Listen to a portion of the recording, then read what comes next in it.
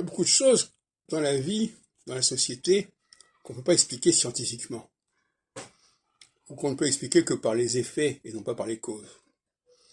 Par exemple, le chef, le leader. Est-ce qu'on peut démontrer scientifiquement qu'il y a des gens qui sont des leaders?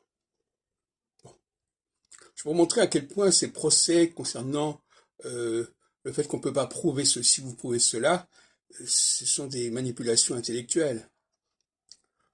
Il y a beaucoup de choses qui existent dans notre monde et que nous voyons, justement, c'est ça le paradoxe. Ce qui nous paraît le plus évident, c'est ce qui est le moins démontrable scientifiquement. Nous voyons des astres, à quoi ça sert? Nous voyons des hommes et des femmes, ça ne veut rien dire. Nous voyons des chefs, ça ne veut rien dire.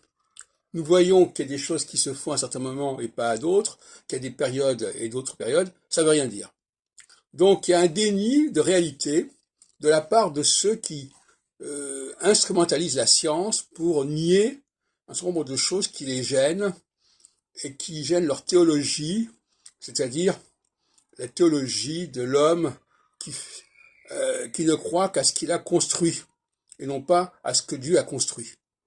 Il y a une sorte d'inversion d'ailleurs des situations, parce que finalement, parfois, d'une certaine manière, les laïcs sont plus croyants que les religieux.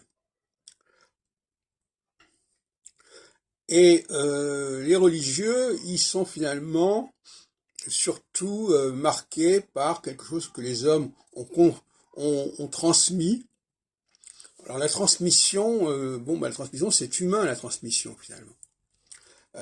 Ça peut renvoyer à Dieu si on veut, mais c'est d'abord une transmission, c'est d'abord des écritures.